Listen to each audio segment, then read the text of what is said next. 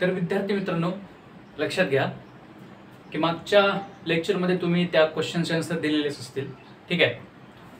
त्या क्वेश्चनचे answer, पहिल्याचा answer आहे option C, दुसऱ्याचा आन्सर आहे ऑप्शन सी, तिसऱ्याचाही आन्सर आहे ऑप्शन सी. ठीक आहे. तुम्हाला नक्कीच ते क्वेश्चन सोडवले गेले असतील, मला एवढी खात्री नक्कीच आहे. ठीक आहे. आपण वळूया लेक्चर नंबर 4 म्हणजे नेक्स्ट लेक्चरकडे. आणि या लेक्चरमध्ये आपण आतापर्यंत पाहिलं की हेरिडिटी म्हणजे काय. ठीक आहे. आता हेरिडिटी समजून घेतल्यानंतर आपण पाहणार आहोत की इव्होल्युशन म्हणजे काय. ठीक आहे. आजचा कन्सेप्ट आहे इव्होल्युशन. ठीक आहे. इव्होल्युशन म्हणजे काय हो, तुम्हाला एक क्वेश्चन पडू शकतो की मग इव्होल्युशन म्हणजे काय. हेरिडिटी तर आम्हाला समजलेलं आहे गुरुजी, पण इव्होल्युशन म्हणजे नेमकं काय आणखी ते आम्हाला समजलेलं नाही. ठीक आहे. इव्होल्युशन म्हणजे gradual change occurring in living organism over a longer duration. ठीक. ते एका खूप पिरियड नंतर इव्होल्युशन होत असतं. ठीक आहे. ते ग्रॅज्युअल चेंज म्हणजे त्याच्यात थोडे चेंजेस होत असतात. ते काय एकदम फास्ट नसते. ठीक आहे. जे फास्ट झालं ते सडन झालं ते असतं ते म्युटेशन. ठीक आहे. जे एकदम फास्ट गेलं, पण हे कसं आहे स्लो होत राहतं, जे की आपल्या मानवाच्या बेनिफिटसाठी असतं. ठीक आहे. आणि त्यालाच आपण इव्होल्युशन म्हणतो. म्हणजे तुम्ही जी स्टोरी ऐकली असेल बघा, मानवाची उत्पत्ती ही माकडापासून झाली. ठीक आहे. मानव अगोदर माकडच्या रूपात होता आणि माकडाच्या रूपातून तो हळूहळू माणसाच्या रूपाकडे आला. ठीक आहे. आणि याच प्रोसेसला आपण काय म्हणतो, सायंटिफिक भाषेमध्ये याच प्रोसेसला आपण इव्होल्युशन असं म्हणतो. ठीक आहे. म्हणजेच gradual change occurring in living organism over a longer duration. ठीक आहे. त्याच्यामध्ये पॉईंट्स बघा, note point 1, 2. Evolution is a slow going process. ठीक आहे. म्हणजे ते हळूहळू होणारी प्रोसेस आहे, ते काही एकदम फास्ट होणारी प्रोसेस नाही आहे. दुसरा, stars and planets in the space to biosphere on earth. हे काय एक्झाम्पलच्या रूपामध्ये हे घेतलेलं आहे. एक्झाम्पल काय हो, stars and planets in space to biosphere on earth. म्हणजेच जे स्टार्स, जे चांदणे आपल्याला रात्रीचे दिसतात. ठीक आहे. आणि जे आकाशातले जे तारे आहेत, जे ग्रह आहेत, त्यांचंही इव्होल्युशन होत असतं आणि ते हळूहळू चेंज होत असतात. आणि ते चेंज होऊन एकाच रूपांतर दुसऱ्याच्या रूपांतरामध्ये होत असतं. म्हणजे काय हो, आपल्या ताऱ्यासारखं म्हणजे आपल्या ग्रहासारखा, पृथ्वी हा ग्रह आहे आणि त्या ग्रहासारखं म्हणजे त्या ग्रहावर आहे बायोस्फियर म्हणजे काय, जिथं लिव्हिंग ऑर्गॅनिझम राहू शकतात, ज्यांच्यासाठी ते पोषक वातावरण आपल्या पृथ्वीवर आहे. तेच पोषक वातावरण काही अंतरावर किंवा युनिव्हर्समध्ये खूप अंतरावर एका ठिकाणी ते पोषक वातावरण बनवूही शकतं आणि दुसऱ्या ठिकाणी ते पोषक वातावरण नष्टही होऊ शकतं. याच प्रोसेसला आपण इव्होल्युशन प्रोसेस असे म्हणतो. ते आहे ते कंटिन्युअस प्रोसेस आहे. ठीक आहे. म्हणजे मग त्याची दुसरी डेफिनेशन एक आली काय हो, formation of new species due to change in specific characters of several generations. ठीक आहे. Formation of new species due to change in specific characters of several generations respond to natural selection. त्यालाच आपण evolution म्हणतो. डार्विनची theory जी होती natural सिलेक्शनची, त्याला ते respond करण्याचं काम करतं आणि त्याच प्रोसेसला आपण इव्होल्युशन असं म्हणतो. काय हो, न्यू स्पेसिसचं फॉर्म होणं कशामुळे, चेंज कॅरेक्टरमध्ये जे चेंज होत असतं, म्हणजे लिव्हिंग ऑर्गॅनिझमच्या काही स्पेसिफिक कॅरेक्टर्समध्ये चेंज झाल्यानंतर न्यू स्पेसिसचं फॉर्मेशन होणं, त्यालाच आपण इव्होल्युशन असे म्हणतो. ते कधी होतं, ते काही फास्ट प्रोसेस नाही, मी सांगितल्याप्रमाणे ती आहे gradual process, slow going process. आणि ती इव्होल्युशन जी प्रोसेस आहे ते खूप जनरेशन गेल्यानंतर होते. ठीक आहे. सेव्हरल जनरेशन गेल्यानंतर ते आपल्याला पाहायला भेटतं. ते काय सडनली एकदमच पाहायला भेटत नाहीये. ठीक आहे. आपण पाहिले की इव्होल्युशन कशाला म्हणतात, स्लो गोईंग प्रोसेस आहे आणि ग्रॅज्युअल चेंजेस होत जातात आणि त्यामुळे नॅचरल सिलेक्शनच्या थेरीवर इव्होल्युशन होत असतं. आणि त्याची स्टोरी अशी आहे बघा, 3.5 बिलियन इयर्स अगो. ठीक आहे. आपल्या अर्थची कंडिशन अशी होती की अर्थवर एकही लाईफ नव्हती, म्हणजे कोणताच लिव्हिंग ऑर्गॅनिझम नव्हता. ठीक आहे. अर्थची कंडिशन अशी होती. ती इव्होल्युशनची प्रोसेस पुढे जाता म्हणजे त्यावेळेस फक्त अर्थच्या सरफेसवर म्हणजे अर्थवर सिंपल एलिमेंट्स होते, तेही कुठं, ओशनमध्ये. आणि सिंपल ऑर्गॅनिक आणि इनऑर्गॅनिक कंपाऊंड्स होते. ठीक आहे.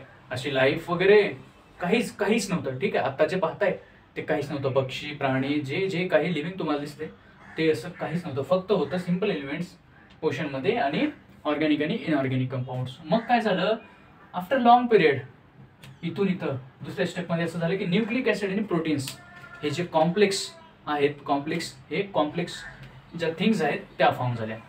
ह्या कॉम्प्लेक्स थिंग झाल्यानंतर काही काळानंतर फर्स्ट प्रिमिटिव्ह सेल जी आहे ते फॉर्म झाली ती कोणापासून? मिक्सचर ऑफ ऑर्गॅनिक आणि इनऑर्गॅनिक, म्हणजे आपल्या नेचरचा एक वेच आहे, त्याचा स्वतःचा वे आहे, त्याने मिक्स करून पाहिलं, त्याने खूप एक्सपेरिमेंट करून पाहिले, म्हणजे नेचरने स्वतःने, ठीक आहे. आणि त्यानंतर झाली फर्स्ट प्रिमिटिव्ह सेल, आणि त्यानंतर आले म्हणजे अकॉर्डिंग टू नॅचरल सिलेक्शन, ठीक आहे. म्हणजे त्यानंतर ज्याचं नॅचरली सिलेक्शन झालं आणि ज्यानं सराउंडिंग सोबत ऍडजस्टमेंट दाखवली त्याचीच ग्रोथ जास्त झाली, ठीक आहे.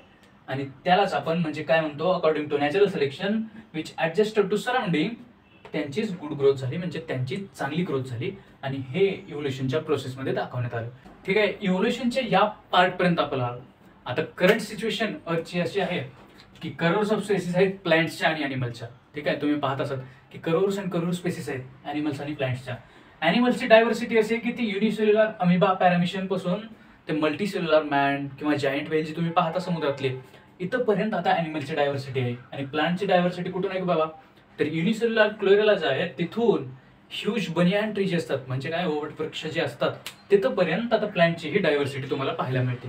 म्हणजे त्याचे चेंजेस ग्रॅज्युअल होत गेले आणि मिलियन्स ऑफ मिलियन्स वर्ष लागले किंवा बिलियन्स आपण वर्ष लागले असं म्हणू शकतो, तेव्हा कुठं आपल्याला पाहायला भेटते की ह्यूज बनियान ट्री फॉर्म झाला. म्हणजे आता लाईफ इथंपर्यंत एक्झिस्ट करते की ती equator to both poles of the earth, इथंपर्यंत ती लाईफ एक्झिस्ट करते. म्हणजे इक्वेटर आणि पोल्स म्हणजे काय हो, अशी जी अर्थ आहे गोल फॉर्म मध्ये, ज्या अर्थला आपण कन्सिडर केलं तर हा जो मधला जो पार्ट आहे त्याला आपण इक्वेटर म्हणतो, आणि हे जे पार्ट आहेत याला आपण नॉर्थ पोल असं म्हणतो, याला साऊथ पोल असे म्हणतो, आणि याला म्हणतो इक्वेटर. याचा अर्थ त्यांचा असा सांगण्याचा प्रयत्न आहे की लाईफ एव्हरीवेअर म्हणजे प्रत्येक पॉइंटवर अर्थच्या लाईफ एक्झिस्ट करते, म्हणजे अर्थच्या प्रत्येक पॉइंटवर ही लाईफ एक्झिस्ट करते.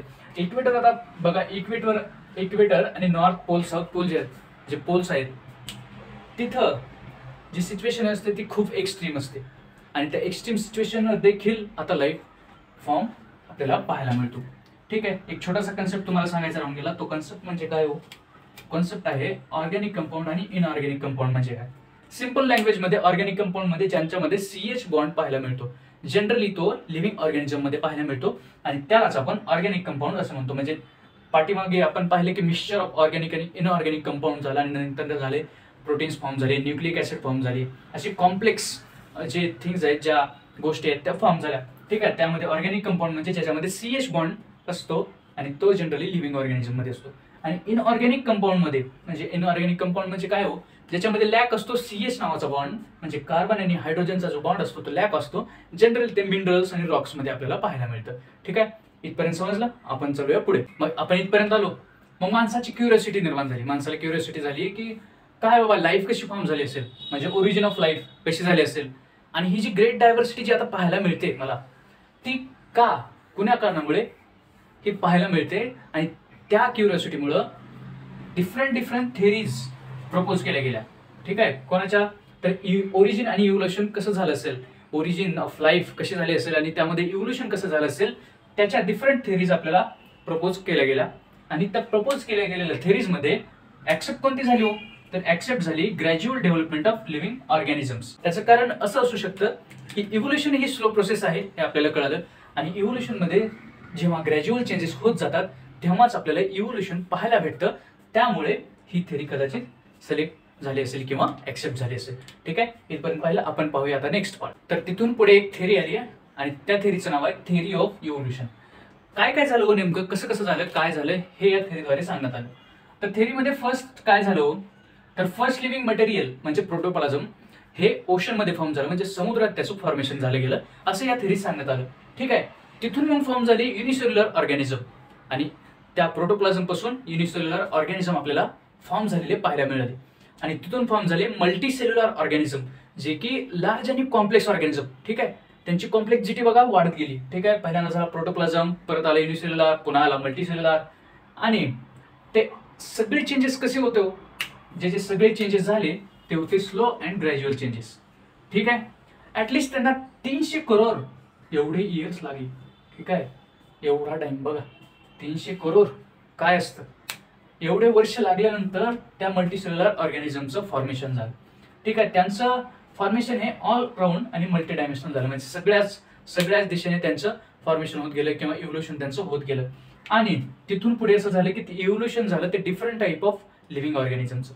ठीक आहे, म्हणजे काय हो, तर माणूस, पक्षी, मासा, या ज्या गोष्टी आहेत, त्या ज्या सगळे ऑर्गॅनिझम्स आहेत, त्या डिफरंट ऑर्गॅनिझमचं तिथून फॉर्मेशन होत गेलं आणि त्याच ओव्हरऑल प्रोसेसला आपण इव्होल्युशन असं म्हणतो. हे आपल्याला कोण सांगतो? Theory of evolution. He theory आपल्याला या गोष्टीचं, सर्व गोष्टीचं ज्ञान देते. या सर्वांमधून आणखी एक डेफिनेशनची उत्पत्ती झाली, जी की डेफिनेशन त्यांनी इव्होल्युशन विषयी सांगितली. ते डेफिनेशन काय बघा, progressive development of plants and animals from ancestors having different structural and functional organization called as evolution. Progressive development झाली कोणाची? प्लांट्स अँड ॲनिमल्सची, from ancestors having different structural and functional organization. जसा amoeba paramecium पासून आपण बघितलं की माणूस आणि जायंट वेल इथपर्यंत त्याचं डेव्हलपमेंट झालं, जे की अमेबा आणि पॅरामेशियम त्याला आपण एन्सेस्टर समजू, आणि जो ह्युमन बिंग आणि जो वेल आहे, जो जायंट वेल आहे, त्याला आपण जर आता करंट फॉर्म समजला तर त्याच्यामध्ये स्ट्रक्चरल आणि फंक्शनल चेंजेस आपल्याला बघायला भेटतात. ठीक आहे, तेही कसे हो, तर ते होते कशात? प्रोग्रेसिव्ह डेव्हलपमेंटमध्ये. म्हणजे त्यांच्यापासून बघा युनिसेल्युलर पासून मल्टीसेल्युलर फॉर्म झाला, आणि प्लांट्स मध्ये देखील सेमच. क्लोरेला पासून जसा जायंट बनियान ट्री किंवा ह्यूज बनियान ट्री जो फॉर्म झाला, त्यामध्येही आपल्याला स्ट्रक्चरल चेंजेस आपल्याला पाहायला मिळतात आणि फंक्शनल चेंजेस देखील आपल्याला पाहायला मिळतात. आणि त्याच प्रोसेसला त्यांनी इव्होल्युशनचं नाव दिलं आणि त्याची डेफिनेशन त्यांनी नमूद केली. ठीक आहे, बघा आतापर्यंत इव्होल्युशनच्या 3-4 तरी डेफिनेशन तुम्हाला भेटले असतील. ठीक आहे, सर्व डेफिनेशन बरोबरच आहेत, पण त्याचा दृष्टिकोन पाहण्याचा थोडासा वेगळा चेंज होत गेला आणि त्याची डेफिनेशन बदलत गेली. यानंतर आपण पाहूया काही क्वेश्चन. बघा, पहिला क्वेश्चन आहे, बाहेर प्रोटोप्लाझम फॉर्म. ठीक आहे, option A rocks, option B minerals, option C ocean, option D none of above. दुसरा क्वेश्चन आहे, first primitive cell formed from. ठीक आहे, option A mixture of water and air, option B mixture of CH bond compounds without CH bond compounds, option C mixture of organic and inorganic compounds, option D B and C only. Next question बघा, question number 3, evolution is option A fraction of second process, option B slow going process, option C can't say, option D both A and B. Fourth question आहे, how many years ago life emerged on earth. ठीक आहे, option A 4.5 billion years ago, option B 3.5 billion years ago, option C 5.5 billion years ago, option D 3.2 billion years ago. ठीक आहे, या क्वेश्चनची तुम्ही answer कमेंटमध्ये सांगा, आणि व्हिडिओ कसा वाटला किंवा लेक्चर कसं वाटलं त्यासाठी नक्कीच कमेंट करा, लाईक करा, शेअर करा आणि सबस्क्राईब करा. थँक्यू.